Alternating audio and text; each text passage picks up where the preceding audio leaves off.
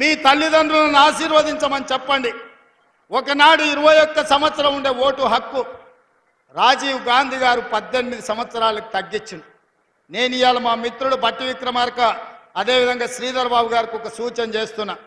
రేపు జరగబోయే శాసనసభ సమావేశాలలో ఒక రెజల్యూషన్ మూవ్ చేయాలి. మీరు లెజిస్లేటివ్ అఫేర్స్ మినిస్టర్గా 21 సంవత్సరాలు ఉన్నప్పుడు ఎమ్మెల్యేగా పోటీ చేయడానికి 25 సంవత్సరాలు ఉండే.